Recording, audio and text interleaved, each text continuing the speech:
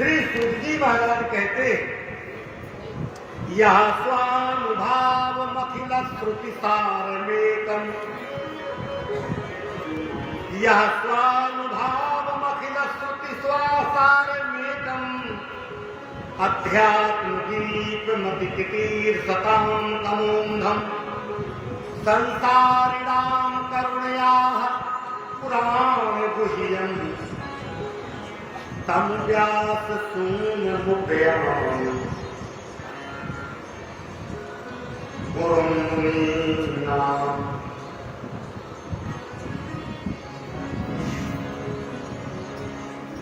पहले प्रणाम किया था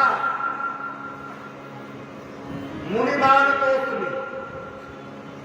मुनि मान करके प्रणाम किया गया, यम प्रजंतम पेतम पेत कृत्यम। लेकिन सूत जी अब की बार जो प्रार्थना किए हैं, तम व्यास सून मुपयाम मुपयाम गुरु नाम, ये गुरु रूप में प्रणाम कर। बोलो गुरुदेव भगवान की। जिन गुरुदेव भगवान की कृपा से अज्ञान अंधकार को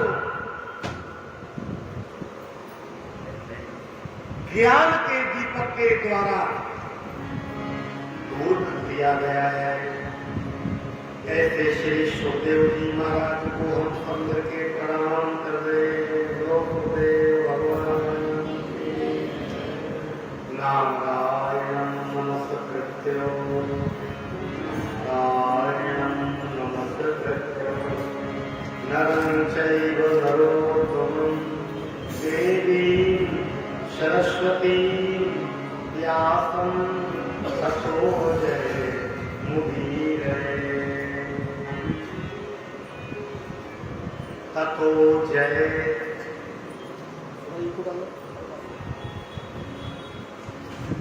ये जय शब्द भगवान का शब्द है, बार बार जयकार लगाते हैं। बोलो द्वारिकाधीश की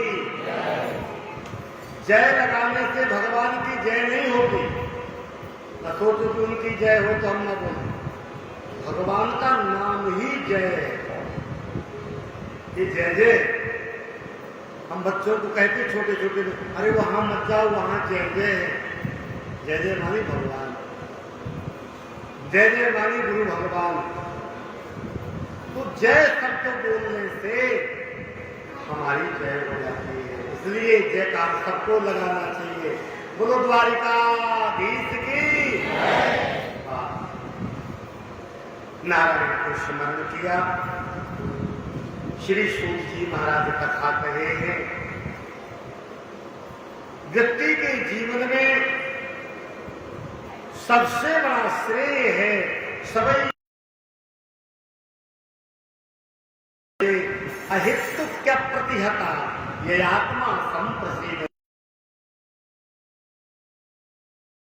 वासुदेवे भगवती भक्ति योगः प्रयोजितः, जन्यत्यासु वैराग्यं ज्ञानं च यद हेतुकम्।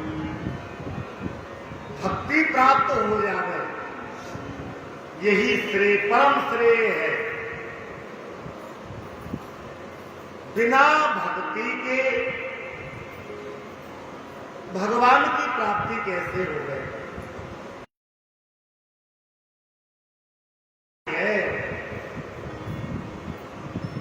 भक्ति के संयोग से, भक्ति का जब भगवान से संयोग होता है तो ज्यादा विलंब नहीं लगता, तो बेटा प्रकट हो जाते। कितने बेटा? 2 महीने की बात नहीं। जन्यत्यासु वैराग्यम ज्ञानम चो यदि हेतुकम्, ज्ञान वैराग भक्ति के संतान है। वो भक्ति महाराज जब जीवन में भक्ति आ जाती है तो फिर किसी चीज का अभाव नहीं रहता है, और भक्ति आती है भाव से। जब तक जीवन में भाव बनेगा नहीं तब तक भक्ति आएगी नहीं। इसलिए भाव बनाने के लिए चंदन लगाना चाहिए पहले, लोग कहें पाखंडी है, कहने दो। शुरू में ऐसा ही होता है। शुरू में तो लोग कहेंगे बड़े भगत जी बने फिर रहे, एक दो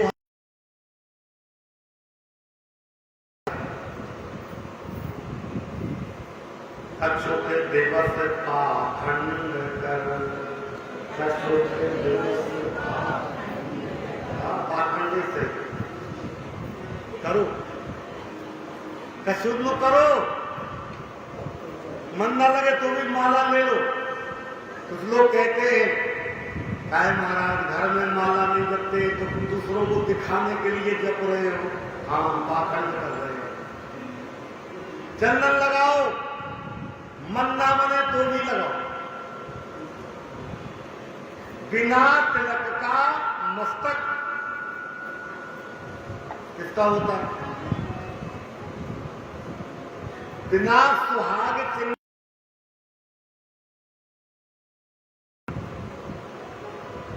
तो सधवा नहीं हो सकता। सधवा का मस्तक सावधान समझना बात। तो हम लोग सधवा हो जाए, मानी परमात्मा को अपना स्वामी मान लेंगे तो हम सधवा हो जाएंगे, ये उन्हीं का चिन्ह है। तो कच्छ के दिवस पाखंड कर, फिर बन जात स्वभाव। पहले शुरू में चंदन लगाओ भले लोग कुछ कहें, और फिर स्थिति बन जाती है कि चंदन न लगाओगे तो लोग कहेंगे भैया क्या नहाया नहीं आज। फिर लोग पूछेंगे क्या हुआ, स्वास्थ्य ठीक है कि नहीं, चंदन नहीं लगा। परसों हमारे पिताजी बोले रास्ता में हम लोग बड़े यात्रा में थक तो जाते ही हैं, निकले थे एक दिन पहले आपसे, और हो गए साथ में आप जब स्नान करने गए कौन थी त्रिवेणी से। तो जैसे हम गाड़ी खड़ी किए, हम सोचे होंगे कि हम बहुत जल्दी आ गए, लेकिन हमसे पहले आप लोग खड़े थे। तो रातों रात गाड़ी चली। धन्यवाद है हमारे दो ड्राइवरों को। सही बात तो ये है कि जब गाड़ी में बैठते हैं कोई भी गाड़ी में, तो सब कुछ उन्हीं के हाथ में रहता है, प्यार से बोलो कैसे बनता है। ऐसे हमारे मौसम भैया और हम कह रहे हैं ताली बजाना चाहिए, रात भर गाड़ी चलाए, पूरी गाड़ी सोती रही, हम लोग जाते हैं। और भगवान आपको ऐसा बल दिया है यार, भी ठीक है। मैं सचो भी साथ में आया बहुत सारा, हम लोग सोचते हैं कि ऐसे कैसे हो सकता है। पूरी रात गाड़ी चल रही है, सोने का नाम नहीं। तो बात जो चल रही थी कि थोड़ा स्नान में लेट हो गए और कर भी लिया। पिताजी बोले नहाया नहीं थी क्या? मैंने कहा क्यों पूछ रहे? मैंने कहा नहा लिया, चंदन क्यों नहीं लगा? जब जो व्यक्ति के स्वभाव में आ जाता है तो लोग कहने लगते हैं कि आप का मस्तक सोना है, क्या बात है। द्वारिकाधीश कथा से निवेदन करेंगे, जितने मस्तक आज भी दिख रहे कुछ खाली, अब यहां आके भी खाली रह जाए। यदि गुरु नहीं बनाया तो कोई बात नहीं, पर यदि आप लोगों ने भी, आपसे नहीं कह रहे, हमारे मनोज भैया जो कि राजनीति क्षेत्र में है, पंडित गोपाल भार्गव के धार्मिक सलाहकार। और एक बात आपको कहें, जब कोई धार्मिक बात आती तो बिना पूछे काम नहीं करते भैया, लेकिन पहला व्यक्ति देखा कि राजनीति क्षेत्र में रहते हुए उस दलदल में रहते हुए और कमल जैसे खिलते रहते हैं। ये भगवान की कृपा है। किसी प्रकार का विषय नहीं है, हमने इनको किसी प्रकार से ऐसी कुछ चीज खाते नहीं देखा कि नहीं खाना चाहिए। जजमान के रूप में तो बात कहते हैं, तिलक जरूर करो। लोग जानने लगे कुछ दिन पाखंड करो, पूरा बोल दो, तुम्हारे याद नहीं आएगा, फिर से बोलो। कच्छ के दिवस पाखंड कर, कच्छ के दिवस पाखंड कर, फिर बन जात स्वभाव, फिर बन जात स्वभाव। जब बन जात स्वभाव है, जब बन जात तब उपजत है भाव, तब उपजत है। शुरुआत तो पाखंड से होगी, लेकिन करते करते स्वभाव में जब आ जाता है तो भगवान अपना देते हैं। नकली सही, नकली सही। हम द्वारिका में बैठे, मंदिर जा रहे, भाव नहीं बन पा रहा है। जब डॉक्टर के यहां बैठने पर डॉक्टर कहता मरीज बैठे हैं, वकील के यहां बैठने पर कहता कि हमारे क्लाइंट बैठे हैं, भले ही हो ना हो। यदि थाने में पहुंच जाओ तो कहे मुलजिम बैठे, कह देता कि नहीं कह देता, भले ही ना हो। ऐसे हम मंदिर में बैठ जाएं, भले भाव न बने, पर भगवान से पूछेगा कौन बैठा, तो भगवान भी कहेंगे हमारा भक्त बैठा, हमारा भक्त। द्वारिका आ गया है, ये हमारा भक्त है। भक्ति आ जाए, और जब भक्ति प्रकट हो जाती है तो भगवान को प्रकट होते विलंब नहीं लगता। नामदेव जी भोजन बनाए, भोजन बनाकर टिक्कर रखे, कुकर ले गया। नामदेव जी ने कहा ये कुत्ता नहीं है। हम सब जानते हैं भगवान सब जगह है, आज भगवान विठ्ठल रूप में प्रकट हुए। ध्यान देना, प्रसिद्ध कथा है। सो नामदेव जी ने घी की कटोरी लेके दौड़े पीछे, भगवान घी लगा लेने दो, सूखी मत खाओ, गले से उतरेगी नहीं, थोड़ा सा घी लगा दे। अब नामदेव भगवान देख रहे कुत्ते में, तो कुत्ता होगा पहले, लेकिन नामदेव की भक्ति पर प्रसन्न होकर के कुत्ते में से विठ्ठल भगवान प्रकट हो गए। भगवान कितनी कथाएं सुनाए। एक बार नामदेव जी को भूत मिल गया, भूत मिल गया भैया, बड़ा लंबा चौड़ा। लोगों ने कहा यहां भूत रहता है, नामदेव जी माने नहीं, वैसे गए, मिल गया भूत। अब नामदेव जी कहे, अच्छा भूत भी कई प्रकार का बन रहा था, कभी ऊंट बन जावे, कभी गाय बन जावे, कभी हाथी बन जावे, कभी ऊंट बन जावे, फिर कंकाल बन जावे। नामदेव जी ने कहा भूत में इतनी शक्ति कहां।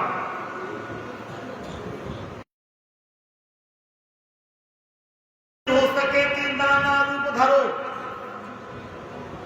अनेक रूप रूपाय, कहता है अनेक रूप रूपाय विष्णवे प्रविष्णवे। एक व्यक्ति अनेक रूप नहीं रख सकता। ये भूत न होगा, ये तो हमारे विठ्ठल जी है। वाह वाह, आज प्रभु कहता है, देखे मलंग ऐसा कुछ पद है, याद नहीं आ रहा है। धन्य हो हे मेरे नारायण, अनेक रूप रखने वाले आप ही हो। नाचने लगे तो भूत तो गया और भगवान प्रकट हो गए। ओम नामदेव महाराज की। और कहां तक निवेदन करे आपसे, भक्ति आ जाने पर भगवान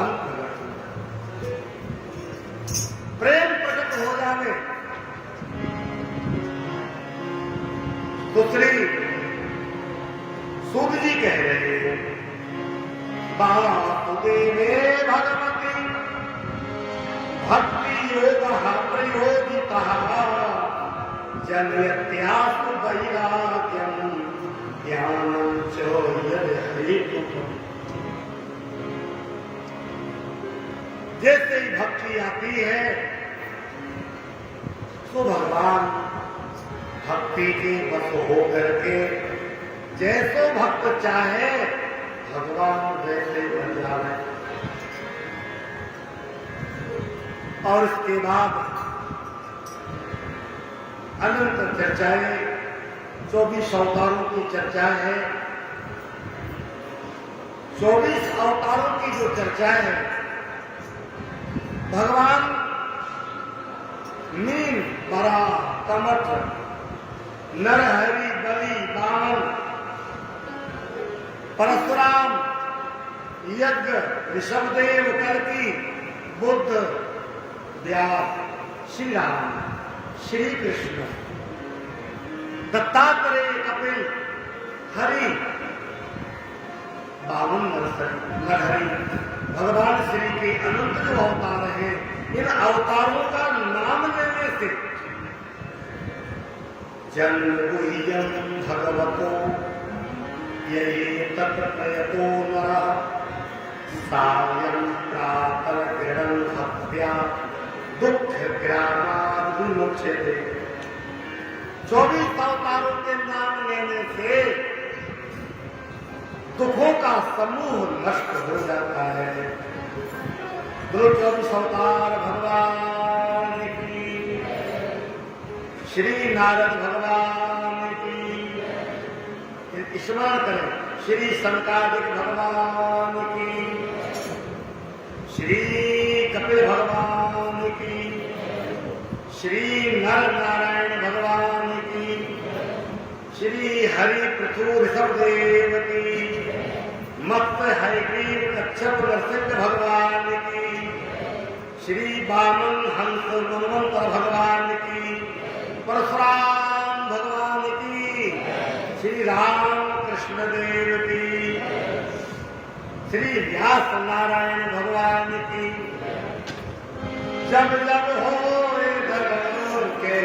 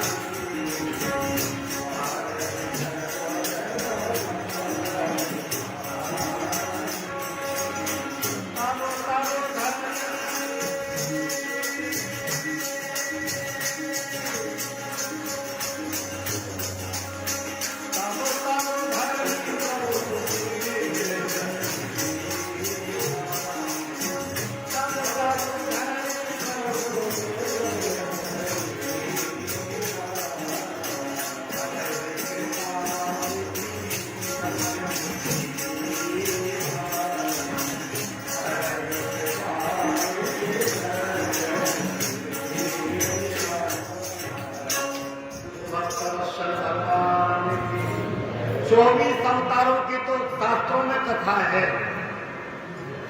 और 24 नहीं अनेक रूप आए। भगवान के इतने अवतार हैं कि गिनती नहीं कर सकते। श्रीमद् भागवत महापुराण के 10वें स्कंद के ब्रह्मा को जो मोह हुआ है ग्वाल वालों का हरण किया, उस समय ठाकुर जी ने कितने अवतार लिए जरा विचार करो। जितने ग्वाल उतने ग्वाल बने कि नहीं बने। जिन ग्वालों के हाथ में जैसी लपटी लाठी थी वैसी बनी कि नहीं बनी। लाठी अवतार हुआ कि नहीं हुआ बोलो, विचार करो जरा। यावत सीजना जिन ग्वालों का जैसा स्वभाव उस स्वभाव का अवतार भगवान ने। ऐसे नहीं कि मन का है गंभीर हो जाए, मनसुखा तो मनसुखा, अब गंभीर हो जाए तो कैसे चलेगा? वही नटखट कर। एक बार पंगत बैठी, यशोदा मैया सब ग्वाल बालन को कन्हैया के साथ भोजन करा, सबको सब परसा गया और मनसुख को बड़ा न परसा गया। तो मनसुख बोला क्या करें, मंगाएंगे तो सब कहेंगे। वो तो आंख बंद करके बैठ गया। यशोदा ने कहा पाओ, बोलेगा कोई नहीं पाएगा, हम भविष्य देख रहे हैं, अभी बिजली गिरने वाली है। यशोदा ने कहा जरूर कुछ नटखट इसके दिमाग में चल रहा है, क्या बिजली गिर रही? हाँ, तो यही गिरेगी और सब मर जाएंगे। यशोदा ने कहा पागल, सब मरेंगे तो तुम भी मरेगा। बोले हम बचेंगे केवल। बोले कैसे बचेगा? जैसे अभी तक बड़ा को बचे, जैसे अभी हम सबको बड़ा मिल गया। तो स्वभाव जैसा था, जिसका जो स्वभाव जाए ना जीते। एक कहावत है ना, जाको जोन स्वभाव जाए ना जीते और नीम ना मीठी होए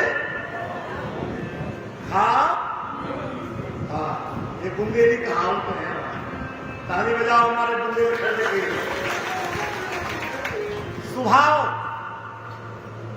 तो भगवान का अवतार स्वभाव का होगा, जिसके जैसे वस्त्र वैसे बन गए, जिसका जैसा रंग वह अवतार भगवान का। अरे आप से निवेदन करें, भगवान तो कपड़ा भी बन गए, और केवल एक जगह नहीं, एक जगह और कपड़े बन गए। साड़ी बन गए सांवरे, साड़ी बन गए सांवरे, साड़ी बन गए सांवरे, बाड़ी अमित अपार, बाड़ी अमित अपार, बामन के सो पग भयो, बामन के सो पग भयो, नापन को संसार, नापन को द्रौपदी के लिए साड़ी बन गए। सच्चे हृदय से भगवान पर भरोसा जो करता है, अनन्यास चिंतयन्तो माम, गीता, ये जना पर्युपासते तेषां नित्याभियुक्तानां योगक्षेमं वहामि। सुनेरी मेरे निर्बल के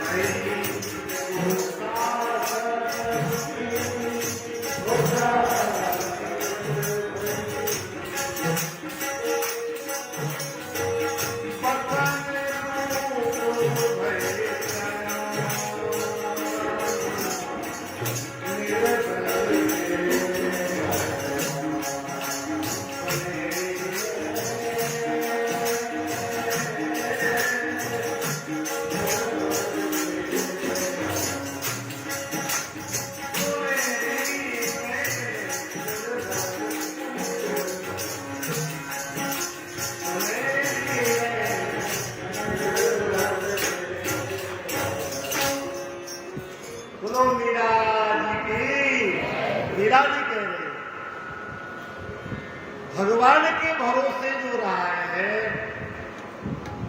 बाकी नैया कबो डूबे नहीं।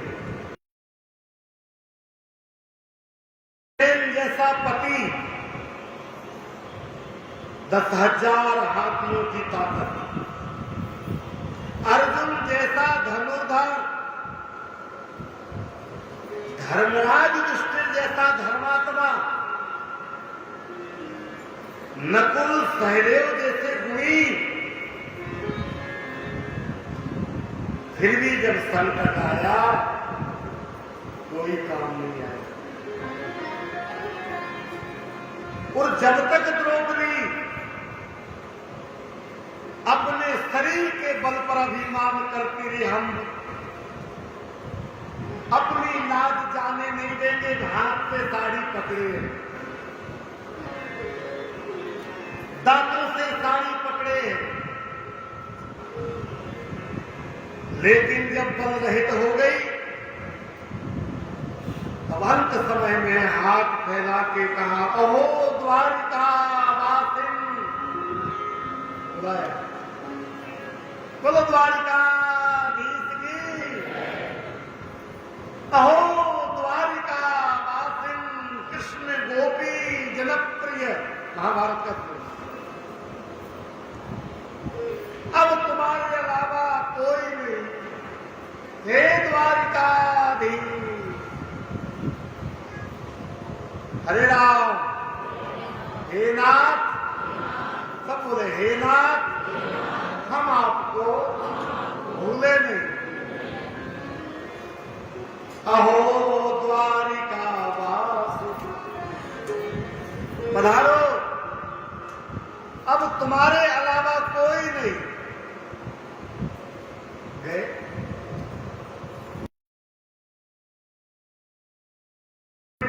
अमित अपार। अब तो दुशासन खींचते खींचते थक गया। साड़ी बीच नारी है, नारी बीच साड़ी है, इस साड़ी ही की नारी है, नारी ही की साड़ी है। ये क्या चमत्कार हो रहा है? थक गया, गिर गया। द्रौपदी ने कहा, केशव कृपा कर दी आपने, लेकिन विलंब करा है। इतने विलंब से आना चाहिए क्या? भगवान ने कहा, हम विलंब नहीं किए। अब कहां हस्तिनापुर है और कहां द्वारिका है? तुमने किस नाम से बुलाया? आओ द्वारिकाधीश। हम तो यही पास ही में रहे, पहले द्वारिका गए। अब तुमने द्वारकाधीश को बुलाया तो द्वारिका गए, और द्वारका जाके द्वारकाधीश मंगे, तब आए तो विलंब तो लगेगा ही नहीं लगेगा। तुमने कहा होता घट घट वासी आओ। ठीक है, ठीक है, हम अपने शब्द को वापस ले रहे थे। और कर लिया, धन्य है तुम्हारी कृपा, तुमने सारी बढ़ा दी हमारी। भगवान ने कहा, हम बढ़ाए नहीं है, ये तो तुम्हारे द्वारा किया गया दान आज फलित हो गया। मतलब क्या है? बहन, हमारे अवनी में एक बार शिशुपाल की मृत्यु के समय अंगुली में रक्त आ गया था, खून आ गया था। सबने देखा होगा, जय जयकार लगा रहे थे, कृष्ण कन्हैया की जय हो। कुछ हमारा विरोध भी कर रहे होंगे शिशुपाल के रिश्तेदार, प्यार से बोलो जय श्री कृष्ण। भगवान का खूब विरोध भया है, द्वारिका में चर्चा होगी बात में। परंतु इस रक्त बहते हुए देखा तो होगा, पर किसी को लगता है कि भाव नहीं जगा।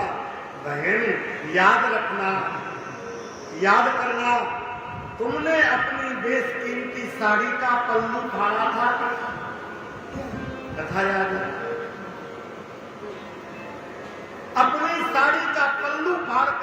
चीर फाड़ करके चिरी हुई अंगुली पर लपेट दिया। द्रौपदी ने कहा तो क्या हुआ? तो क्या हुआ नहीं, उस चीर में जितने धागे थे, उस चीर में जितने धागे थे, तुमने उन धागों का दान किया था। तो वो एक एक श्रद्धा से किया गया दान धागा आज हजार हजार साड़ी बन के प्रकट हो गया है। ये काम की महिमा है। सुपात्र को यथोचित समय पर किया गया दान अमूल्य है। और हम तो कह रहे हैं, बुरा मत मानना, बड़े बड़े व्यासों को ज्यादा ज्यादा धन देते हो,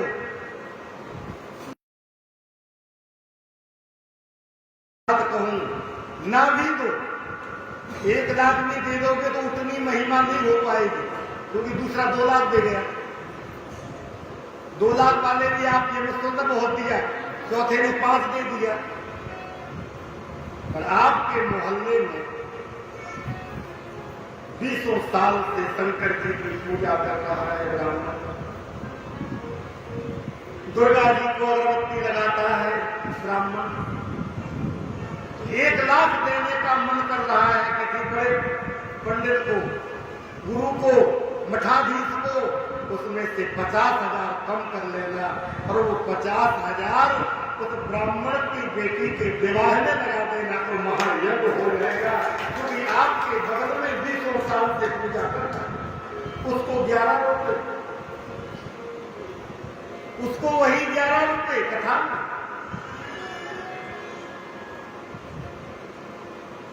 उसको आवश्यकता है,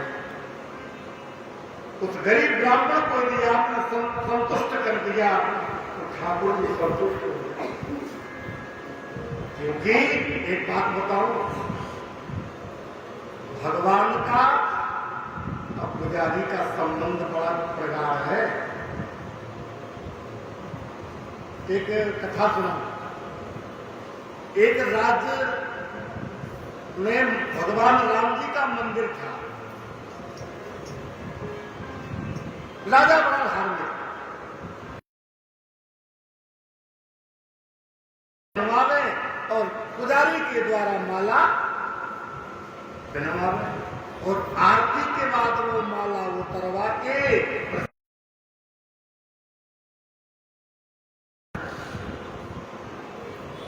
आज भी पुजारी लोग, महंत लोग भगवान की माला प्रसादी अपनों को पहनाते हैं, पर महंतों को भी चाहिए कि सबके सामने न पहनाने, नहीं तो गरीब लोगों को लगता है कि हम भी पैसा वाले होते तो हमारे गले में अकेले में पहना देते। ऐसे कुछ लोग हम देखे, वो उचित नहीं है। हमारे सामने ही एक व्यक्ति को ज्यादा प्रसाद उसने चढ़ाया था 500 का, तो 50 रुपये चढ़ाने वाले को 6 का तो नहीं। ये भगवान को भी ठीक है नहीं है। तो भैया पुजारी रोज सोचे कि भगवान की प्रसादी रोज राजा पहने, कब वो ऐसा हो जाए कि भगवान की माला प्रसादी हमको मिल जाए। तो है चाहे भगवान जिंदगी निकल जाएगी ऐसी पूजा करते करते माला न पहन पाएंगे तब। एक दिन बड़ा विचित्र भाव बना, राजा ने माला पहुंचा दी और कह दिया कि आज आएंगे नहीं, कहीं जा रहे हैं काम से। पुजारी ने आनंद आ गया, भगवान करे 2-4 दिन न आए। तो माला पिलाई पुजारी जी ने, अंदर आनंद है, आज राजा मिल जाएगा, आज तो हमारा भाग खुल गया। आरती के बाद जल्दी जल्दी में पुजारी ने माला भगवान की उतारी, प्रणाम किया और गले में पहन ली और आंखें में पड़ी। आनंद हो गया, प्रभु आपकी प्रसादी माला मिल गई। इतने में घटना क्या घटी, राजा ने सोचा अब जा रहे हैं, 2-4 दिन लग जाएंगे, बरसों का नियम है माला पहनने का, माला तो पहनेंगे, थोड़ा सही विलंब। अब इतने में सेवा का सावधान राजा जी पधार रहे हैं। पुजारी ने कहा मैं अब क्या कर, सो पुजारी ने डर के मारे वो माला उतारी और फिर से भगवान को देना, जान बची तो। अब माला भगवान को पिन्हाई। अब राजा आए, बोले क्षमा करना पुजारी जी, क्षमा करना, आज हम वंचित हो जाते, लाओ प्रसादी माला। तो वो कांपते हुए हाथों से पुजारी ने माला उतारी, भगवान से कहा कानून से बच गए। तो राजा को पिन्हाई, पर घटना घटी। पुजारी वृद्ध थे, पुजारी का एक सफेद बाल माला जल्दी जल्दी में उतारने से माला में लग गया। और संयोग कहे, दुर्भाग्य कहे, वो बाल राजा को दिख गया। राजा ने कहा पुजारी जी विलंब तो हुआ मेरे को आज, पर एक बात समझ में नहीं आ रही है, ये माला में सफेद बाल कहां से आया? क्या अपने भगवान बूढ़े हो गए? अब पुजारी को समझ रहा कि ये तो भगवान का नहीं, पर हड़बड़ाहट में डर के मारे जो भी हाँ का है, भगवान बूढ़े नहीं होते, हमारे दादा परदादा पूजा करते आए, हम भी बूढ़े हो गए, अब भगवान ऐसे ही रहेंगे क्या? भगवान भी बूढ़े हो गए, पक गए बात। राजा जाते जाते बोला अब हमारा कार्यक्रम स्थगित, कहीं नहीं जाएंगे, कल श्रृंगार के समय आएंगे हम, और देखना है भगवान कितने बूढ़े हुए, कितने बाल सफेद हो गए ठाकुर जी के।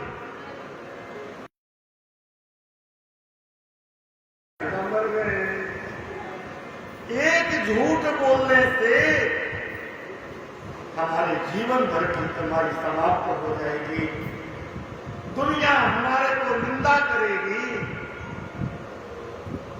इससे अच्छा मरना चाहिए। पुजारी जाकर के ठाकुर के चरणों में प्रणाम करके रोने लगा, हे अनाथों के नाथ, हमने सुना है कि आप द्रौपदी के लिए साड़ी बन गए, नामदेव के लिए विठ्ठल में से प्रकट हो गए, कितने स्वरूप बनाए हैं। आज इस पुजारी के लिए कुछ समय के लिए बूढ़े बन जाना। जब राजा आवे तो अनेक रूप धारण करने वाले कुछ क्षणों के लिए यदि वृद्ध बन जाओगे तो लाज बच जाएगी। और महाराज भगवान को कहता है लाखों लाजे हरि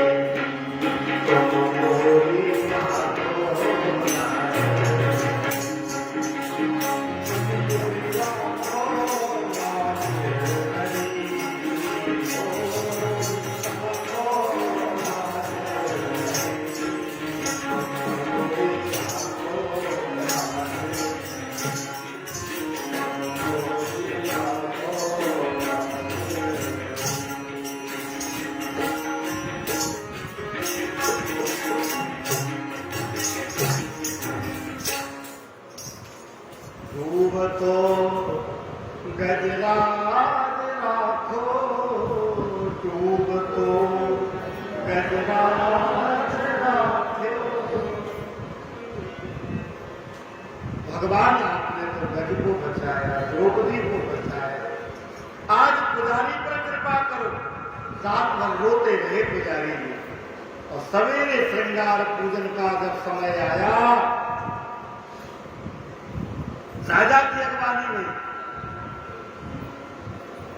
राजा आए। पुजारी तो आंखें लाल हो गई है, रोते रोते फूल गई है। क्या हुआ पुजारी जी, स्वास्थ्य ठीक है कि नहीं?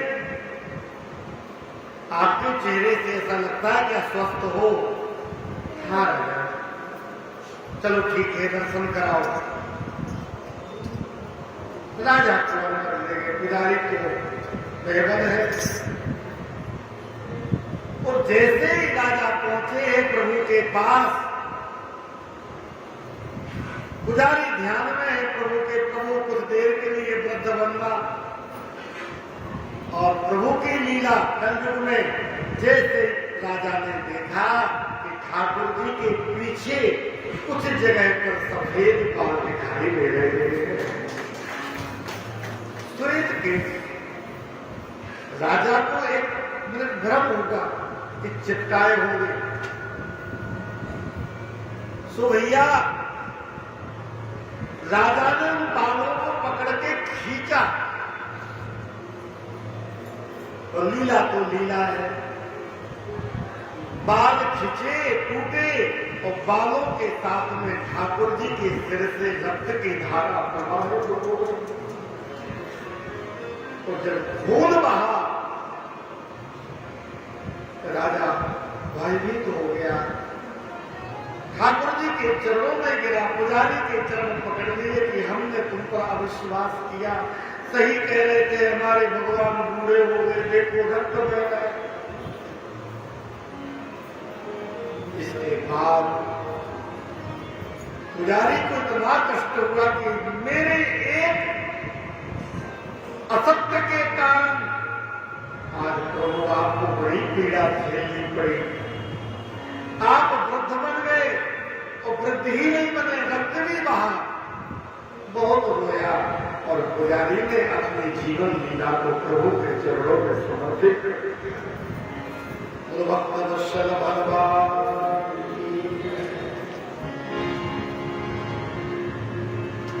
तो भगवान ने कहा, हे द्रौपदी, और कथा को वापस ले चल गए। तुमने जो श्रद्धा से दान किया, वो धागे आज साड़ी बन गए। इसका मतलब क्या समझ रहे हो? काम करने के बाद कोई मिल जाए आपको कहने वाला, आप बड़े दानी हो, आप द्वारकाधीश कथा में गए, आपने बहुत खर्च किया, ये मत कहना हम तो करते ही रहते हैं, कैसे तो कई कथा करवा डाली, अभी तो और भी कराएंगे। गलती मत करना। द्रौपदी के सामने बात रखी गई, तुम दानी हो, तुम जैसा दानी कोई नहीं। द्रौपदी ने कहा, आज के बाद मत कहना, कोई दान नहीं किया मैंने कोई दान नहीं किया। फिर अरे कन्हैया, ये हो घनश्याम, ये हो घनश्याम, यदि काम आवे आपके, ये हो घन, सब तो ध्यान देना, ये हो घनश्याम, यदि काम आवे आपके, निकाल दूं नसों को के तो रेशम के धागे, निकाल दूं नसों को के तो रेशम के धागे, वो धागे भी पुराने, इन्हें दुर्लभ कौन माने, ना तो दुल्हन के जोड़े हैं, न दूल्हा के बागे। और मैंने कहा फाड़े चीर, रक्त देख पीर धागे हुई के अधीर, वो तो चीर छोड़ भागे। ये उन धागों की महिमा है। मैंने फाड़े नहीं, वो स्वयं आपकी अंगुली चिड़ी देख करके मेरे चीर के वो धागे भागे। हुई के अधीर, वो तो चीर छोड़ भागे हैं। धागे के अभागे, जो बड़े नहीं आगे। धागे वो अभागे, जो बड़े नहीं आगे। भाग उन्हीं के जागे, जो अंगुली पे लागे। भाग उन्हीं के जागे, जो अंगुली पे।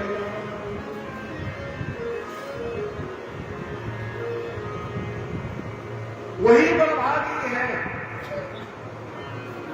जो भगवत सेवा में आ गया। एक चौपाई याद आ गई, हनुमान सम नहीं बड़भागी,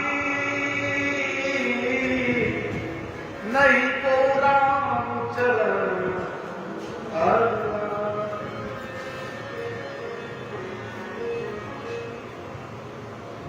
तो भगवान के अनेक स्वरूप हैं। जो भक्त चाहे सो बन जावे। 24 अवतारों की चर्चा भागवत में विस्तार से भी होगी। श्रीमद् भागवत व्यास जी के द्वारा रचित है और व्यास भी भगवान है। व्यास भी भगवान का अवतार, 24 अवतारों में नाम बना। व्यास भी भगवान और कथा किसकी है? भगवान की। और कहने वाला कौन? वो भी भगवान, सुखदेव जी भगवान ही है। तत्रा भवन भगवान व्यास पुत्रो। क्या लिखा है? तत्रा भवन भगवान व्यास। सुखदेव जी भी भगवान का स्वरूप है। तब सर्वभूत हृदय शब्द है।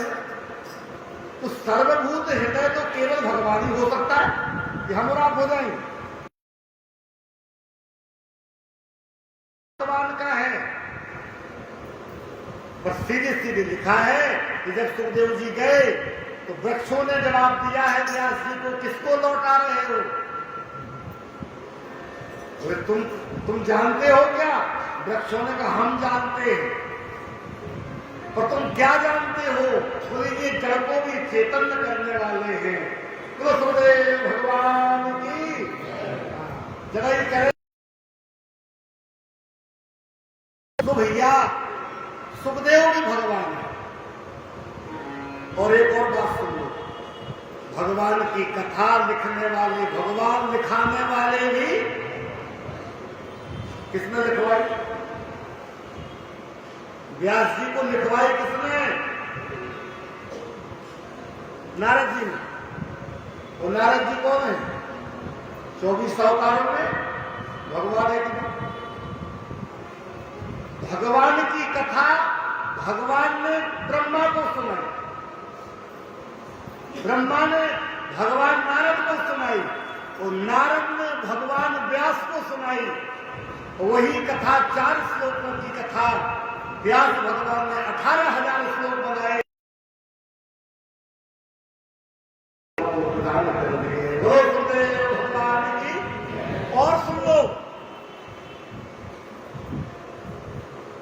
सुखदेव जी भगवान के द्वारा भी कथा किसको सुनाई गई? परीक्षित भगवान। अब यहां थोड़ा समझना पड़ेगा। आचार्य देवताओं से भी निवेदन कहते हैं, उत्तरायाम हतो गर्भ। ब्रह्मास्त्र के द्वारा उत्तरा का गर्भ नष्ट हो गया। तो फिर परीक्षित कैसे भये? फिर परीक्षित का जन्म कैसे भया? तो अभी कथा आएगी। श्री भगवान चाहते तो संकल्प के द्वारा रक्षा हो जाती। भगवान कर्तुम अकर्तुम अन्यथा कर्तुम सर्व समर्थ, केवल संकल्प सृष्टि हो जाए तो संकल्प से लय हो जाए। उत्तरा के गर्भ में जाने की क्या जरूरत थी? बोलो कुछ तो है। उत्तरा के गर्भ में गए, उत्तरा के गर्भ में पल रहे शिशु का स्वरूप बनाया, और वही भगवान का ही अंश। और वैसे तो सारे जगह जीव है, लेकिन परमात्मा की जो शक्ति है, हम सब उन्हीं की शक्ति है। ये बल्ब जैसे करंट सब बल्बों में है, कोई कम जल रहा है, कोई ज्यादा जल रहा है, कोई मरकरी है। मरकरी मानी बड़े बड़े महात्मा, प्यार से बोलो जैसे तो मरकरी है, कोई हेलोजन है,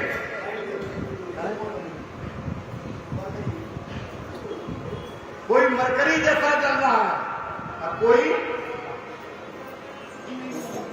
कौन सा वाला पता है? जीरो वाट जी है। सब में करंट, करंट सब में है, लेकिन करंट देने वाला वही है। तो जिसमें ज्यादा, तो परीक्षित भी जो अपने सत्संग से जुड़े और भगवान के महत्व को जना दिया सारे जगत में। यदि परीक्षित न होते तो ये भागवत कथा का महत्व हम ही न जानते। जिनकी कथा से प्रसिद्ध श्लोक है, सूत जी कहते हैं, सूत जी कहे परीक्षतो राजर्षे जन्म कर्म विराम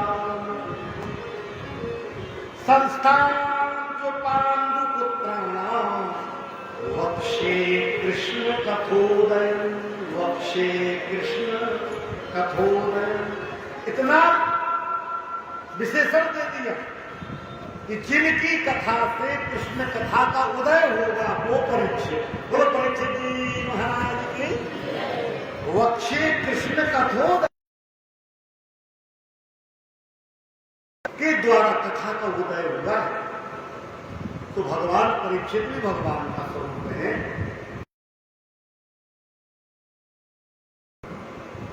भगवान के लिए प्रकट, ये सब लीला उन्हीं की है, सब लीला उन्हीं की है। श्री सूत जी कहते हैं, हे संतो, अर्जुन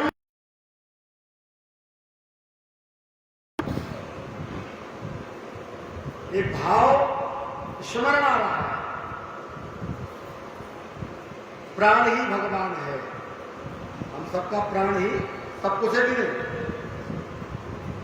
और हम सब कहते हैं कि प्राणों के पति भगवान है, सबके प्राण पति। सर्वोपरि भगवान हो गए, प्राणों के भी पति।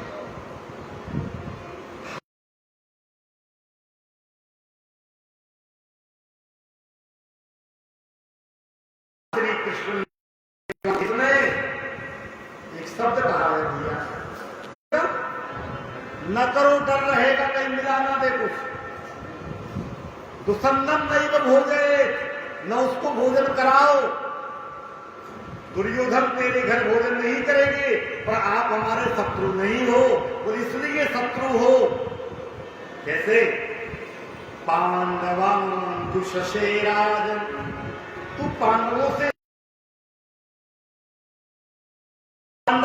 द्वेष करते हो, तो मम प्राणादि पांडवा, मम प्राणा पांडव, मेरे प्राण पांडव हैं। बोलो भक्तवत्सल भगवान की। ये साधारण बात में समझना। भगवान कहते पांडव मेरे क्या है? जोर से बोलो, राम। और राम जी ने भी कहा कि हमारा प्राण कौन है? कन्हैया ने अपना प्राण पांडव को कहा, भरत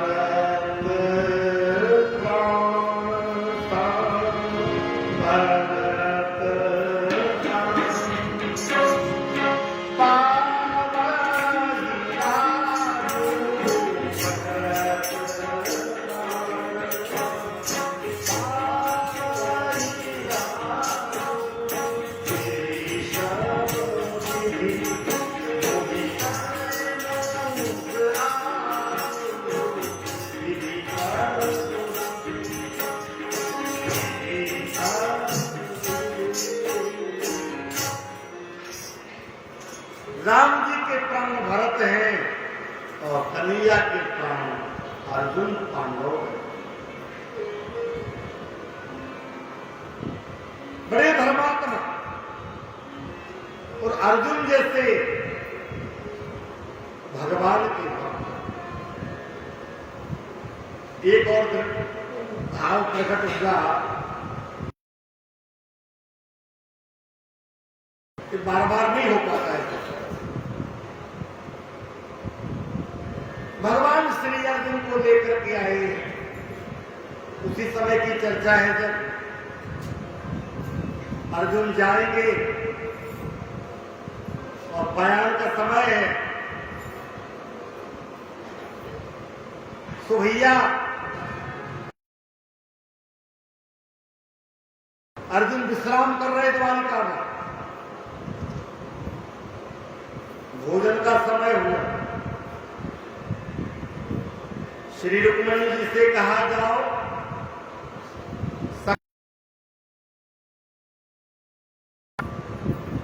भोजन का समय, झांकी का दर्शन करना है। एकांत कक्ष में विश्राम हो रहा है,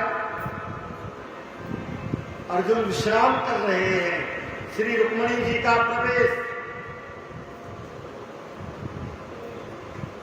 और कक्ष के अंदर एक नाद गूंज रही है, शब्द गूंज रहा है।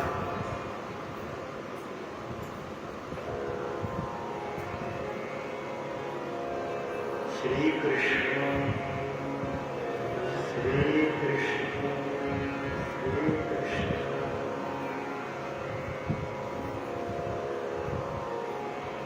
रुक्मिणी ने कहा ये कौन सा यंत्र है? पूरे कमरे में श्री कृष्ण की ध्वनि गंभीरता से परीक्षण किया गया। ये लगा क्या है? इतनी मधुर धुन निकल रही है। श्री रुक्मिणी ने गंभीरता से परीक्षण किया, अर्जुन के रोम रोम में से श्री कृष्ण की ध्वनि निकल रही है। सोते हुए अर्जुन के रोम रोम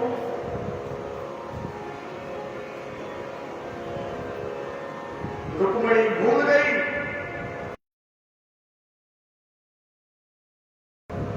रुक्मिणी जी ने पंखा दिया, अर्जुन को पंखा करने लगे कि अर्जुन की नींद ना टूट जाए। और यदि नींद टूट जाएगी तो ये नाद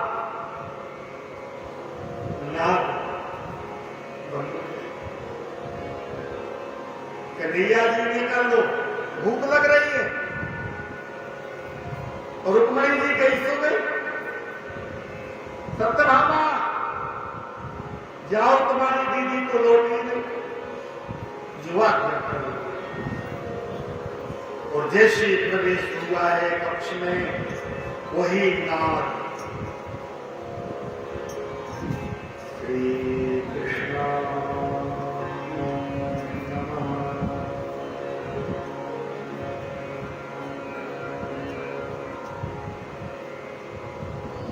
सत्यभामा ने चमर दिया, अपनी बड़ी दीदी के समान हवा हो।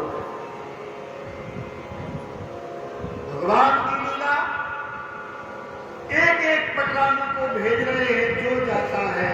इस नाद से उबर नहीं पाता और वो नाद प्रकट हो रही है अर्जुन के रोग को। ऐसे थोड़ी कह दिया हम प्राण नहीं प्राण सारथी बन गए, ऐसे बने थे क्या? इतने में नारद जी आ गए। भगवान ने कहा देवर्षि जरा देखो तो, जो जावे सो लौटे ही नहीं, जो जाता है वापस नहीं आता, देखो क्या घटना है। तो नाद तो थी, स्वर तो था, अब कोई सुरीला और आ गया। जैसे ही देवर्षि प्रवेश किए कक्ष में, उस नाद को जब उस दिव्य स्वर को सुना तो इनका भी हाथ तंबूरे पर पहुंच गए और नारद का हाथ जब अपने झनकार लगाई, प्रणाम में नाचने लगे। श्री कृष्ण गोविंद हरे मुरारी, हे नाथ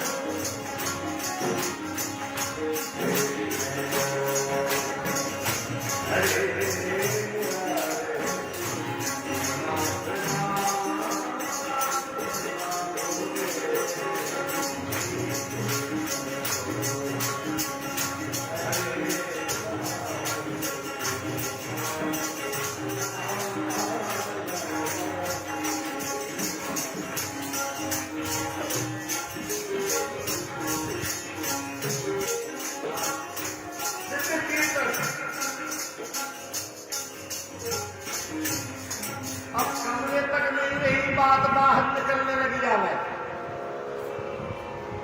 कन्हैया ने कहा जो जावे तो आवे ही नहीं, हम चल।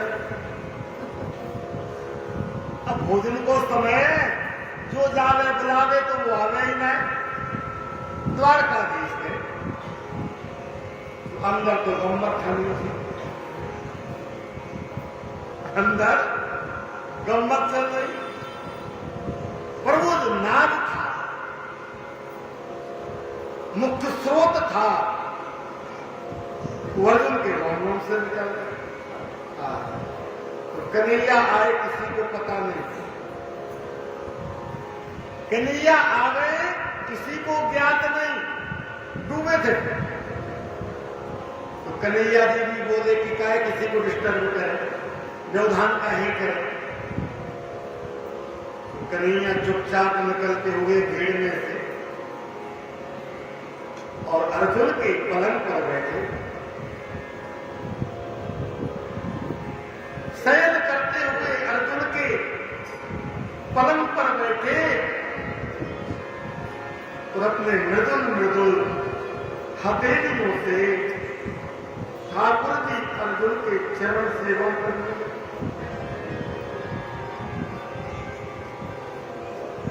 झांकी कर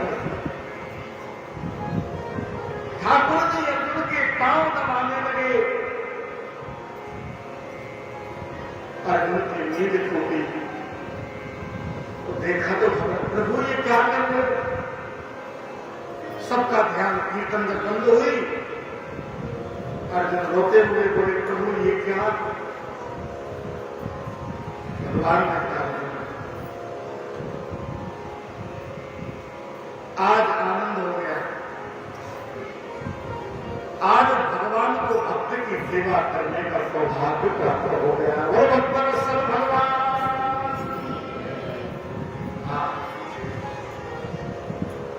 ऐसे नहीं कह रहा हूं, भगवान के सूत्र है, मैं भगतन को दास, भगत मेरे मुकुट मणि। जहां भक्त निरोपक धरे, वहां धरूं मैं हाथ। पीछे पीछे मैं फिरूं, कबहू न छोड़ूं साथ।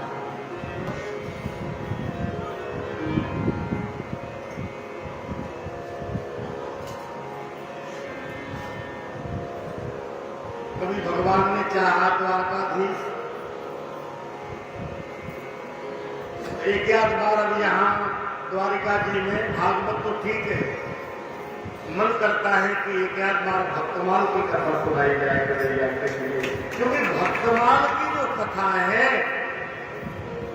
भागवत तो केवल भागवत कन्हैया की चर्चा है, लेकिन भक्तमाल कन्हैया के कितने भक्त हैं और कैसे कैसे कन्हैया अपने भक्तों को सुख दिए। भक्तमाल का भी मंगल प्रारंभ हो गया है ना, कहां से हुआ? जगन्नाथपुरी। हमारे महेश भैया मुरादाबाद वाले, आपने भी जगन्नाथपुरी में भक्तमाल कथा सुनी, और फिर तो अभी गौशाला में भक्तमाल कथा हुई। जो कन्हैया की कृपा की याद दिलाते हुए वही अर्जुन के पोते हैं, जिस सारथी बन गए। परीक्षतोत्तराजर से जन्म कर्म विलापन, संस्थान पुत्राणाम वक्षे कृष्ण कथोदय। श्री सौनकादि ऋषियों ने कहा, भगवान थोड़ा विस्तार करो, थोड़ा विस्तार। तो कहा ठीक है, महाभारत का युद्ध अब चर्चा करेंगे तो लंबी हो जाएगी बात। महाभारत धर्म युद्ध है।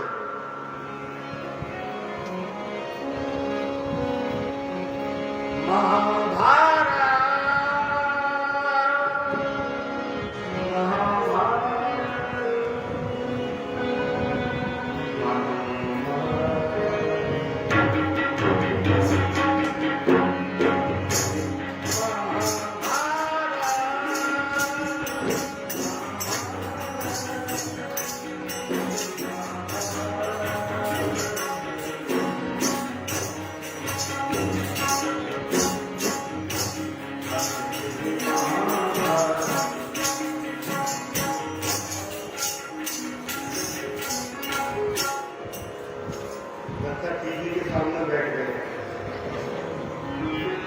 जितने ही महाभारत सीरियल आ जाए, जितने रामायण सीरियल आ जाए, लेकिन ट्रेन को रुकाने वाला धारावाहिक कोई था तो वो रामायण थी, वो महाभारत था। ऐसा अभी तक कभी न भूतो न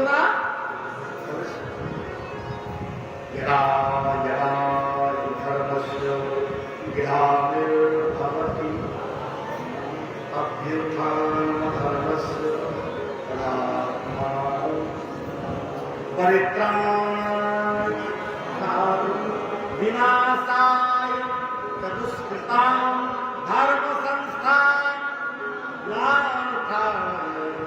संभवामि। संस्कृत बोली जाती है, उसी की देन। महाभारत धर्म की, जहां धर्म की विजय और जहां कृष्ण है वही विजय है। वो कहता है यत्र योगेश्वर कृष्णो यत्र पार्थो धनुर्धर। तत्र से विजयो भूतिर ध्रुवा नीतिर मतिर्मा। वही विजय है जहां धर्म है। वो धर्म क्या है? राम कृष्णो विग्रहवान धर्म। कृष्ण धर्म का स्वरूप, राम धर्म का स्वरूप है। वो धर्म किसके साथ है? पांडवों के। जहां पांडवों के साथ धर्म है, विजय पक्की है उसके लिए। लेकिन भगवान को बहुत मेहनत करनी पड़ी। विचित्र युद्ध था। एक साथ भोजन बनता था भैया। आजकल जैसी लड़ाई थोड़ी थी कि दिन भर लड़े और रात में प्यार साथ में करें। प्यार से करो जय श्री कृष्ण, और फिर मुंह से कहो बाण कैसा लगा, भैया कमाल। ये बातें होती थी। सामने मामा है, भांजा मार रहा है। और एक बात बड़ी विचित्र, भोजन बनता था, रसोई में भोजन बनता था, तो भोजन न कम पड़ता और न बचता। है कोई रसोईया ऐसा कि भोजन में खिचड़ी ना बचे, साग ना बचे, तो कबूल कबूल फिर से आपको मरे। प्यार से बोलो जय श्री कृष्ण। पहुंचा देती रहे, कबो फेंके कबो बचे। महाभारत में ना तो साग बचे, न रोटी बचे, न कम पड़े, उतना ही न पातुला। सुना है आपने? अच्छा, रहस्य क्या है इसका? एक दिन रसोइयों से पूछा कि आप लोगों को कौन सा आभास हो जाता है कि 50 मरेंगे, उनका कम बनेगा? मरते भी रहे, कल 100 मर गए, कल 1000 मर गए, तो भोजन उतना ही बनेगा, कम नहीं पड़ सकता ना बच सकता है। क्योंकि मरने के पहले ही आटा दिखता रहा कि नहीं, शाम का भोजन बना। तो रसोईया ने कहा इसमें हमारा कुछ भी प्रभाव नहीं है, महिमा नहीं है। भोजन के समय कलिया आटे के बनते समय क्या बन रहा है आज? कढ़ी बन रही है। अच्छा अच्छा अच्छा। और जब वो आवे तो हम लोग थोड़ा बहुत कुछ भगवान को प्रसाद में रख देंगे। कभी इलायची दाना है, काजू किशमिश बादाम जो भी, वो गिनती करके देवे। और भगवान एक एक दाना डालते जाए। अच्छा अच्छा अच्छा, रोटी थोड़ी कड़क सेकना, कच्ची रह रही है, थोड़ा जल भले ही जाए जो है क्या। साग में मिर्ची कम डालना, तो फिर दाना खा ले। तो सब जगह चक्कर लगा करके जो दाने बच जाए तो छोड़ देवे और वापस चले जाए। तो रसोईया कहता है कि फिर वो दाने हम लोग गिनते थे, खा कितने गए, बचे कितने, कितने खा गए और कितने, तो उतने ही का भोजन बनता था कि इतने आज जितने खाए हैं। विश्यो कत्यादि हे करे, वो भगवान जन्म देने वाले हैं, पालन करने वाले हैं, वही लय करने वाले। तो ठाकुर ग्राम स्वरूप में है ना, एक तरफ से जन्म हो रहा और एक तरफ से चले जाए। तो जितने बचे उनका भोजन हम लोग के साथ। अर्थ है भगवान ने ही ये धर्म युद्ध कराया है। एक बार पांडवों की रक्षा करी है धर्म के कारण। एक तो ऐसा जब आया रहा योद्धा 3 बाण वाला, भगवान को संकेत हुआ कि तूफान आ रहा है। घोड़े पर सर पर दौड़ता हुआ चला रहा है, 3 बाण लिए के भगवान ब्राह्मण बन के प्रकट हो गए। वीर शिरोमणि कहां जा रहा है? बोले युद्ध में जा रहा हूं, युद्ध का निर्णय करने जा रहा हूं। बड़ा युद्ध सुना है, तो निर्णय कैसा करोगे? बोले जो निर्बली हो जाएगा, कमजोर पड़ेगा, उसका सहयोग कर दूंगा। बोले 3 बाणों से, बोले 3 की जरूरत नहीं है, एक ही बाण काफी है, नहीं तो दूसरा बाण चला गया तो फिर सब गोविंदा नमो। भगवान ने कहा मतलब इतना प्रभाव बाण का? बोले हाँ। बोले हमको परीक्षण करो, धोखे दे। तो कहा देखो महाराज या पेड़ में कितने पल्लव हैं? बोले अनंत। तो देखो मेरे बाण का प्रभाव, उठाया बाण लक्ष्य किया तो सब पल्लवों को निशान बना दिया। भगवान ने 1-2 पत्ते दबा लिए थे पांव के नीचे, एक हाथ में, तो बाण आकर के भगवान के चरणों के घूम रहा है। भगवान ने कहा क्या हुआ? तो लगता है कि आप एक आध पत्ता दबाए हो। भगवान ने कहा तब तो गड़बड़ है, जब ये भी नहीं बच पा रहा है। भगवान ने कहा देख भाई, मानता हूं तुम वीर हो, लेकिन अधर्म का साथ देने वालों को तुम रक्षा करोगे तो तुम भी अधर्मी कहलाओगे। उस वीर शिरोमणि ने कहा मेरा लक्ष्य केवल महाभारत युद्ध का निर्णय करना है, मैं कोई पाप पुण्य नहीं जानता। और आगे बढ़ा तो भगवान चक्र लेकर के शिव का वेदन धनरे वीर सिर कटते ही ठहाका लगा के हंसा, मैं विजय हो गई, मैं जीत गया, मैं जीत गया दादी, मैं जीत गया। भगवान ने कहा कौन हो?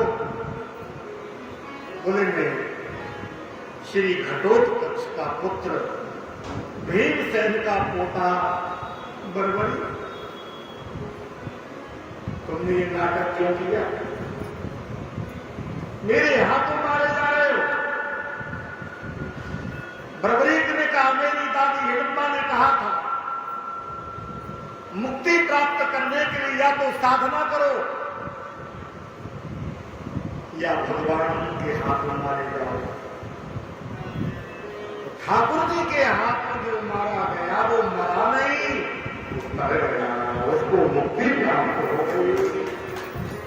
भगवान के द्वारा जो भी मरता है, राम राम नहीं तन तद ही पावहि पद निर्वाण, रावण जैसे की मुक्ति हो गई। तो भैया बरबरीक ने कहा कि मैं तो मुक्त होने के लिए सब नाटक कर रहा था, आपके हाथों मारा जा, यही मेरा निर्णय है। श्याम बाबा की यही श्याम आर्य का सहारा।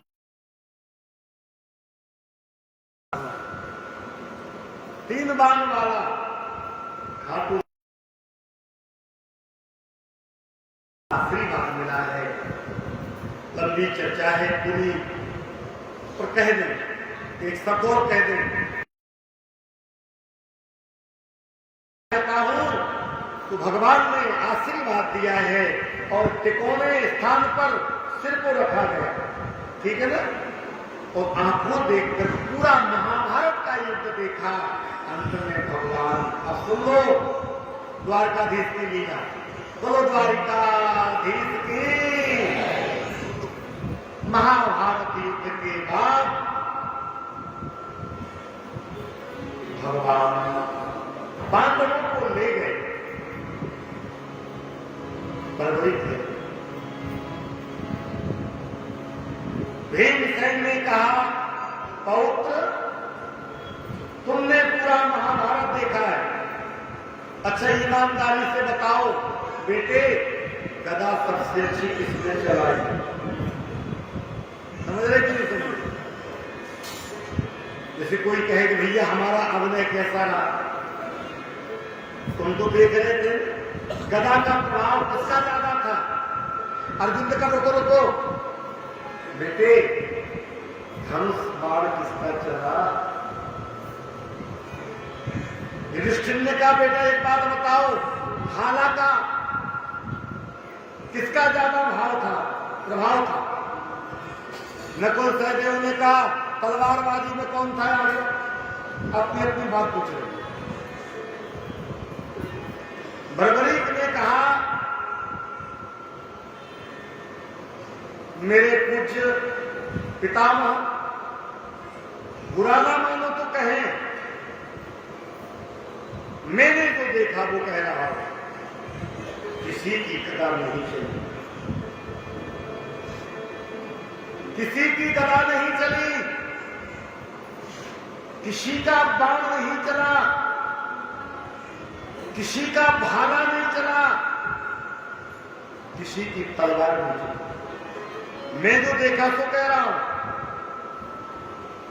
पूरे महाभारत में मैंने चमत्कार देखा। जब भी कोई योद्धा बाण चलाता है, पांडवों की तरफ से जब भी बाण चले, मैंने देखा उन बाण के आगे, गदा के आगे, तलवार के आगे, धार तलवार की नहीं होती थी, धार बाण की नहीं होती थी। मैंने देखा उन शस्त्रों के आगे सुदर्शन चक्र चलता था। ये तो भगवान का भेद के निर्देश किया,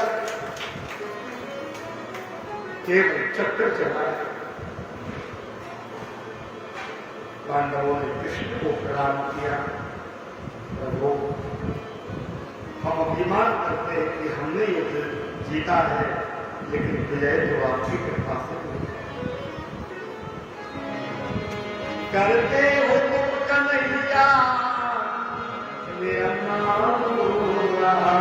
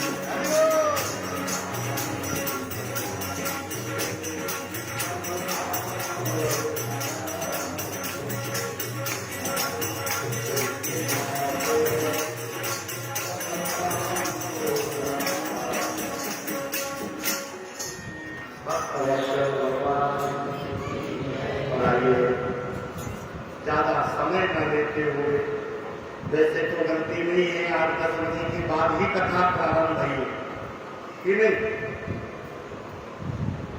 कथा करें महाराज, वहां भी हमको ही खाना पड़ा। हाँ, डबल लेने की व्यवस्था है। इतना पाना कि पूरी कथा भर पंगत की याद में है। समय वैसे ठीक चल रहा है, क्योंकि पंगत के बाद तो फिर नींद आना है। तो 4 बजे कथा प्रारंभ हो, तो ये समय बहुत अच्छा है। इसके बाद पंगत करो, जहां घूमना जाना घूम। और कल तो 2 बार कथा होना, पहली बार हो रहा है, और भगवान ने नहीं हो पाए कहेंगे नहीं, तो कथा तो दोनों टाइम ही होना चाहिए। पर भैया हम लोग तीर्थ कथा में क्या है ना, एक पंथ 2 गोरस बेचक हरि में यात्रा भी हो जावे, आसपास के दर्शन भी हो जावे। इसलिए हम लोग इस प्रकार से और कथा भी सुनते रहें, दर्शन भी करें। तो भैया महाभारत के युद्ध में पांडवों की विजय भई। दुर्योधन के द्वारा अश्वत्थामा को प्रेरित किया गया और उत्तरा के गर्भ को नष्ट करवा दिया। और ठाकुर जी ही परीक्षित के रूप में प्रकट हुए इसके बाद द्वारिका की कथा भई। ठाकुर जी परीक्षित को गोदी में लिए हैं कि एक बार गए और पहली बार देख करके हंसने लगे, पहले रोते ही रहे।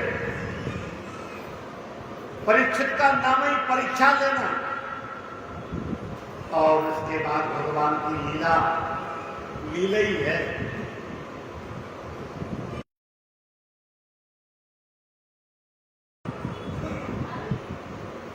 छुप के बाद मारा था,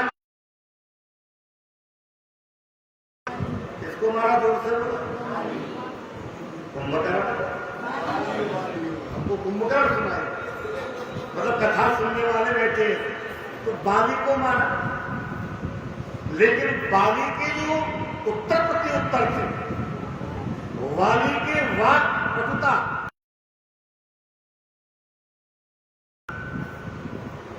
और बाली जैसा क्या कहें बाप दूसरा मिलेगा नहीं भैया। बाली ने अपने पुत्र अंगद को बुलाया और सुन लो, परिवार का झगड़ा मिटा दिया बाली ने मरते मरते। सूत्र है कथा का, याद करके जाना। बाली ने समझ लिया कि मैं तो मर जाऊंगा, लेकिन मेरा पुत्र अंगद चाचा से प्रतिशोध लेगा, मौका मिलेगा, अंगद सुग्रीव को छोड़ेगा नहीं। बाली ने कही झगड़ा आज ही मिटेगा। अंगद इधर, तेरा चाचा महान है, तेरे चाचा ने तेरे बाप को राम के चरणों पर भेज दिया। सुग्रीव तेरे समस्त अपराधों को क्षमा कर रहा है। मेरे भाई, आज मरते मरते चाहता हूं कि एक बार तेरे को गले लगा लो, कि अंगद को दिखाना है कि हम लोगों के राजीनामा हो गया है। क्या हम दोनों भाइयों का मरने के पहले राजीनामा हो गया, अब ये झगड़ा समाप्त। और राजीनामा किसकी सन्निधि में हो रहा है? प्रभु के चरणों की सन्निधि में। तू लिया, बाप मरते मरते कह रहा है कि मैं भी शरण में गया, अब तुम भी शरण में जा, हमको आता नहीं जाना। तो भगवान को अंगद का हाथ पकड़ा,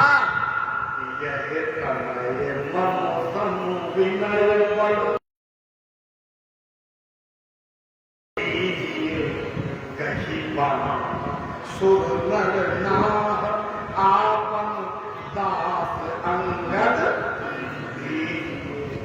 दास बना लो।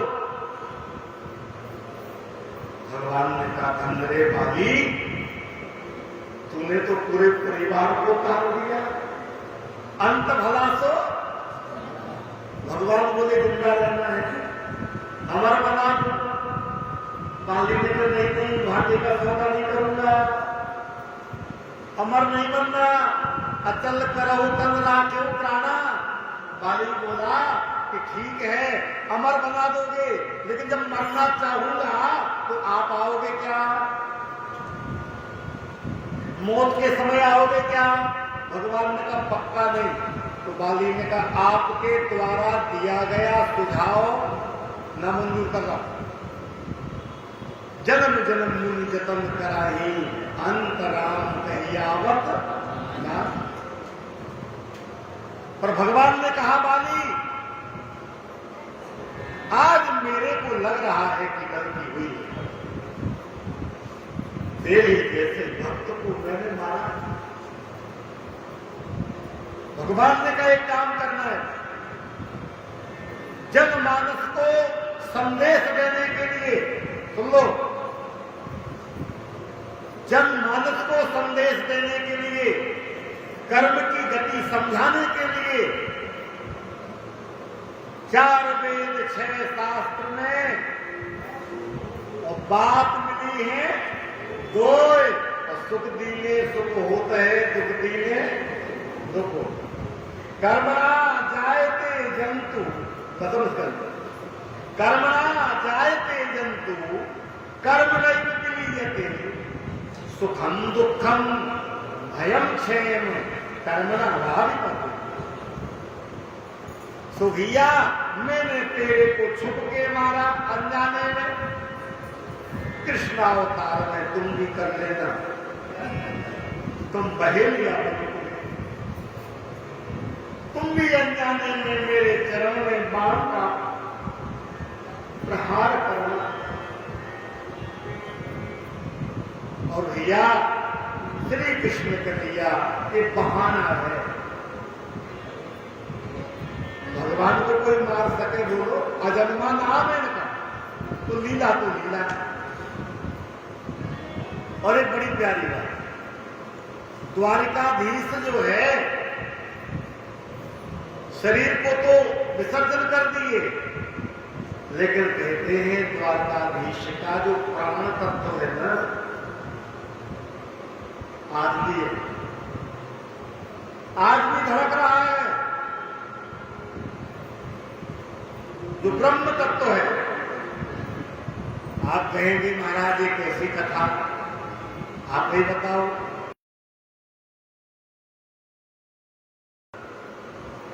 तो किसके अंदर धड़क रहा है? तो जगन्नाथ भगवान की जय, जगदीश ओ जगन्नाथ महाप्रभु की, जगन्नाथ स्वामी के अंदर संतों से सुना है। आज भी वह भगवान का ब्रह्म तत्व रखा हुआ है। जब कायाकल्प होता है ठाकुर जी का 12 वर्षों का, तो पूरे जगन्नाथपुरी की लाइट बंद कर दी जाती है और कलेवर बदलता है, तो सुयोग व्यवस्थित कर्मकांडी सुचि मना महामना आचार्य को बुला करके आंखों पर पट्टी बांध करके पुराने कलेवर से वह ब्रह्म तत्व निकाल करके और नवीन कलेवर में भगवान को स्थापित किया जाता है। और तब इसके बाद बाहर पट्टी खुलती है, अनुभव पूछा जाता है कि जो निकाल के रखा गया वो कैसा लग रहा था? बोले जब निकाला तो वाइब्रेशन होता है, कंपन होता है। तो कलयुग के राजा, द्वापर के राजा द्वारकाधीश है, बांके बिहारी है, त्रेता के राजा रघुनंदन राम जी हैं, सतयुग के श्री नारायण हैं और कलयुग के भगवान श्री जगन्नाथ भगवान की, सुभद्रा मैया की, बलदाऊ जी महाराज की, इन्हीं का स्वरूप विराजमान है। इसके बाद परीक्षित बड़े हुए, भगवान के जाने के बाद पांडवों ने शोकारोहण किया। परीक्षित धर्मपरायण थे, लेकिन कलयुग के प्रभाव से मुकुट में कलयुग बैठा है, संत का अपमान। जब जब संत का अपमान हुआ, द्वारकापुरी एक संत के श्राप से ही नष्ट हुई। याद है कि नहीं? भगवान कहते रहे कि देखो बालको, कभी कभी बड़े आदमी के बच्चे बिगड़ जावे, बड़े आदमी के बालक बिगड़ जावे, गलती करें बच्चे और कोई डांटे, जानते नहीं हो हम मंत्री के भतीजे, जानते नहीं हो हम विधायक जी के लड़का है, बताओ वो दंडता आ जाती। यहां होगा सब ऋषि बैठे रहे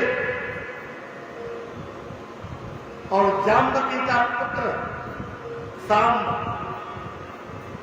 उसको बहू बना दिया, कपड़े पहना दिए, पेट में कपड़े बांध दिए और दुर्वासा ऋषि से पूछा जा रहा, महाराज जी नई बहू है, बेटा होगा कि बेटी? भगवान कह रहे थे कि संतों से मजाक नहीं करना चाहिए। और दुर्वासा ऋषि जैसे महादेव, दुर्वासा ऋषि ने कहा बहू नहीं, बता। कृष्ण के वंश में आने के बाद भी तुम दंड हो, इसके पेट से ना तो होगा बेटा ना बेटी, मूसल होगा मूसल, सारे वंश का नाश करना। आकर कन्हैया को बताया, कन्हैया ने काम कहे थे संतों से मुलाकात भी कर सकती थी, उसको घिसकर के समुद्र में बहाया और उसके जो घिसने से निकला तब तो उससे एक चारा बना, घास, कटीली घास, और यदुवंशी आपस में लड़े और उससे कट करके वो जो छोटा सा भाग बचा था वो एक मछली में ले अपने समुद्र में, वो पकड़ी गई, पेट से वो लोहा निकला, तो बाजार में बेच दिया, बहेलिया ने खरीद लिया, वही बहेलिया, और उसने कहा बड़ा नुकीला है, अब घिसा हुआ था, वही उस बाण में मारा। तो संत के श्राप को स्वीकार करते हुए मम इच्छा वेद दयाला, नारद जी के प्रसंग में आया कि नहीं है, माया से गाली सुन ली, श्रापित हो गए, और जब बाद में नारद जी ने कहा हमसे गलती हो गई, भगवान ने कहा गलती तुमसे नहीं हुई, लीला हमारी ये थी, हम ही चाह रहे थे कि संत की महिमा बनी रहे, संत भगवान से ऊपर है, और उसी क्रम से ठाकुर जी ने अपने जाने का मार्ग चुना है। भगवान कभी चाहते नहीं सब लीलाएं हैं, बोलो द्वारिका तेज में तो विराजमान, लीला में भले कुछ भी होता रहे पर कौन मानता है कि भगवान नहीं है। कन्हैया जी आदमी कथा सुन रहे हैं, सागर वाले भक्तों को दर्शन दे रहे, लग रहा था 2-3 घंटे में दर्शन होगा, और 10 मिनट में बाहर दर्शन करके भेज दिया। भावना पवित्र हो, और इसके बाद परीक्षित को साथ मिला है और सीधे पहुंचे हैं घर, पता प्राप्त रात का विसर्जन किया। संत महात्मा पधारे, गंगा किनारे बैठे थे, क्या करें, उसी समय सुखदेव जी प्रकट हो गए। आपको लग नहीं रहा कि सुखदेव जैसे भगवान प्रकट हुए, वो ताली बजाएंगे, थोड़ा तो लगना चाहिए कि नहीं लगना चाहिए, जिनसे सब कुछ है। पधार गए, तत्रा भवन भगवान व्यास पुत्रो, भगवान व्यास पुत्रो। मेरे भाई बहन, कथाओं का थोड़ा काम छोड़ करके निकले, उनकी स्तुति नहीं हो पाई। पितामह भीष्म को भगवान का दर्शन नहीं हो पाया, तो आप समझ लेना कथा हो। परीक्षित को सुखदेव जी मिले, सुखदेव जी महाराज के चरणों में प्रणाम किया और एक श्लोक, अतः प्रक्षामि संसिद्धिं योगिनां परमं गुरुं पुरुषस्य यत् कार्यं म्रियमाणस्य सर्वतः। मरने वाले को क्या करना चाहिए? तो श्री सुखदेव जी बोले, जितासनो जित श्वासो जित संगो जितेन्द्रिया स्थूले भगवतो रूपे मनः संहारयेत्। भगवान की मन को एकाग्र करो। बोले कैसे करें? कहा होगा आपको, ये कल 10 बजे बताएं, प्यार से बोलो, जो कि पंगत का समय कब तक काम करेगा पोहा? भैया भजन हो गया, अब करो भोजन, इसके बाद फिर भजन। आप भ्रमण करें कल, लेकिन ठीक 10 बजे। कल ही जन्माष्टमी है, तो कितने लोग रहेंगे फिर तो हिसाब से व्यवस्था करें।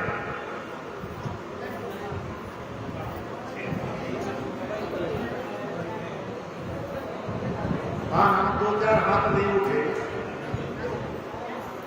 ठीक है, जो व्रत हैं उनका फलाहार, जो व्रत किए हैं उनको फलाहार, और जो नहीं किए हैं उनको फुलाहार। फुलाहार तो आज हर्षद है, और आज श्री बलराम जी महाराज पधारे हैं। बोलो भद्र जी महाराज की, दाऊ दयाल भगवान की। और आचार्य लोग भी भोजन करके जाएंगे। हाँ, कुछ बोल रहे हैं। गुरुजी साल में एक तो फिर द्वारकाधीश को खुले पर्दे स्नान कराते हैं। खुले पर्दे नहीं तो स्नान पर्दा लगा के कराते हैं। एक साल में जन्माष्टमी के दिन खुले पर्दे स्नान होता है भगवान का। पंचामृत कितने बजे?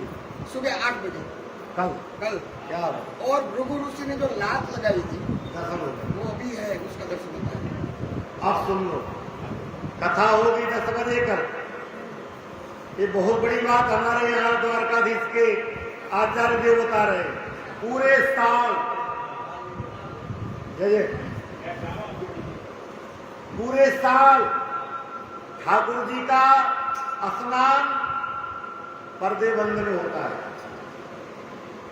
बंद पर्दे साल में एक बार जन्माष्टमी के दिन सुबह 8 बजे खुले पर्दे में दर्शन होता है स्नान का। और भृगु लता का निशान भी दर्शन के लिए दिखाया जाता है। कल 8 बजे।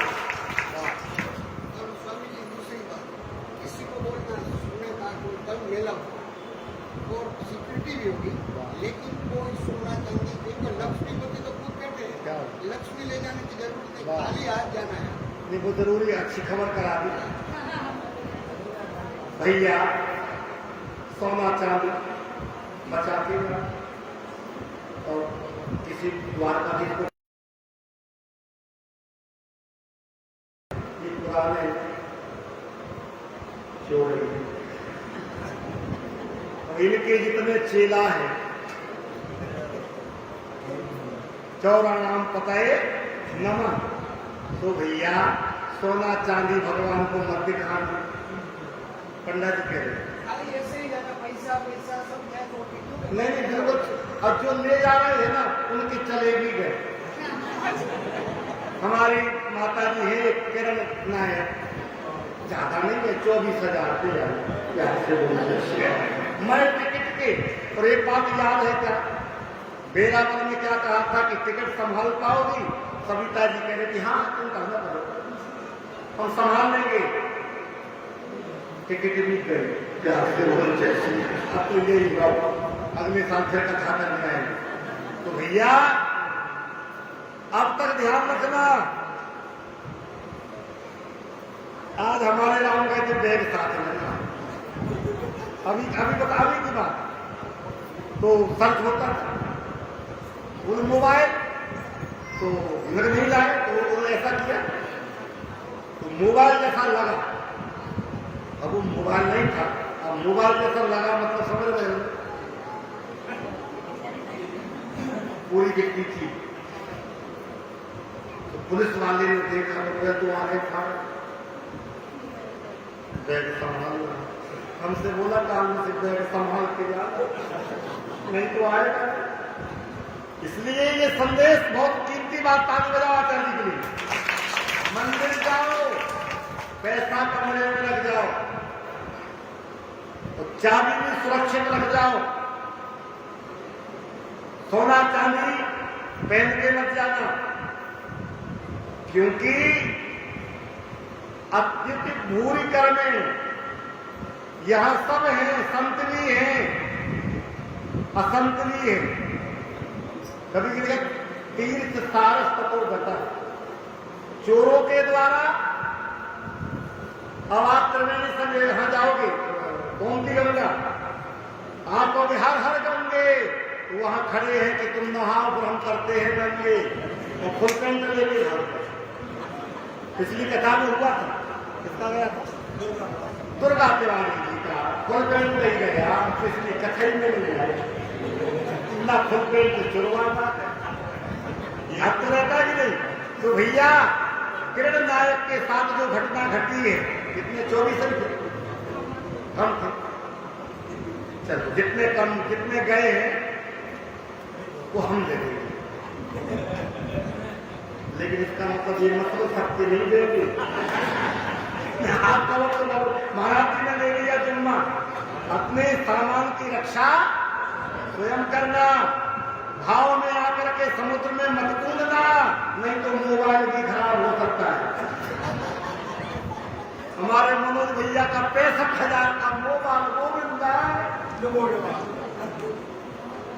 पर कोई बात नहीं, भगवान ने लिया है और किस रास्ते से आपको दे देंगे ये कोई नहीं जानता है। आपका कष्ट चला गया, आपकी विपत्ति चली गई, पता नहीं कौन सा दुखाने वाला था, कितने में निकल गए। तो भैया अब भगवान का धन्यवाद करते हुए आपने कृपा करी, कथा सुनने का अवसर कितने बजे? कल 8 बजे, तो दर्शन सबको हो जाएगा, पर कितनी भीड़ है, वाह, सबको मिलेगा। तो कल 8 बजे याद रखना। और इसके बाद यहाँ गिर गया था, ये किसी ने परसा ही चढ़ा दिया, ऐसे मत बताओ तो कोई भी ले जाए, उसको अंदर रख दो, अब पूछो कितने पैसा थे। जिसका पर्स हो हम बताएंगे नहीं किस कलर का है, पैसा बहुत है, यहाँ से ले जाना, पैसा बताना पड़े कितनी गिनती है। धन्यवाद। अब भगवान का कीर्तन कर लो, फिर आरती करें, और कल 10 बजे रात्रि में भी कथा होगी।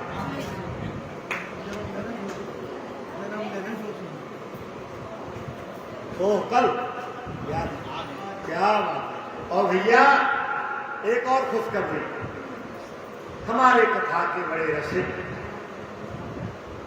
जो लगातार तीर्थ कथा करवा रहे हैं, बद्रीनाथ करवा के आए, रामेश्वर भगवान को सुनाए, जगन्नाथ भगवान को भक्तमाल सुनाए, वृंदावन बिहारी लाल को होली के महोत्सव में राधा जी की कथा, अयोध्या में राम कथा, वाराणसी में शिव पुराण की कथा, पुनः द्वारिका में भागवत के यजमान है। और आप बड़े ही धार्मिक, पूज्यपाद, धर्मनिष्ठ, कर्मनिष्ठ, वैष्णव कुलभूषण श्री मनुपीठाधीश श्री राजेंद्र दास जी महाराज की कृपा प्राप्त शिष्य हैं। आज आपका जन्मदिन है, तो ताली बजाकर आपने भैया द्वारकाधीश से प्रार्थना करते हैं सतायु, और हमको तो बस यही लोग है कि कथा कराते रहने सालों ताली बजा वहां, लेकिन अभी 5 साल की सर्विस है, सर्विस पूरी करना। नहीं तो ये तो कहते हम तो रिजाइन कर रहे। हमसे पूछा गया कि क्या करें, हमने कहा देखो रिजाइन करोगे तो आधा पैसा हो, कितना होता है? आधा हो जाए, तो अभी पूरा लो, तो आधा वाला यहाँ, आधा वाला वहाँ, आधा कथा में, तो आपको पुनः बार बार जन्म में आ जाओ, ऊपर आ जाओ, माला प्रसाद आ जाओ, इनका जन्मदिन मना लो हम सब। कल भगवान का, आज महेश का, कल भगवान कृष्ण का।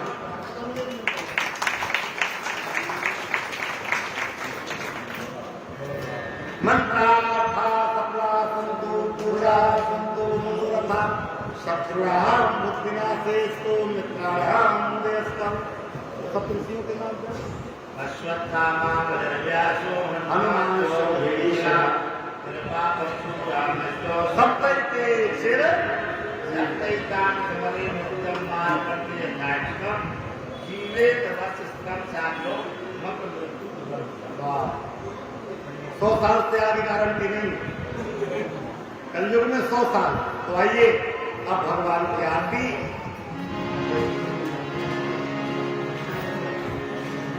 फिर एक कीर्तन तो नहीं हो पाएगा, कर ले खड़े होके करेंगे। और आज हमारे आचार्यों ने सर्वोच्च शास्त्रीय आचार्य का भी वर्णन है, काफी कोई बजाय जा रही है।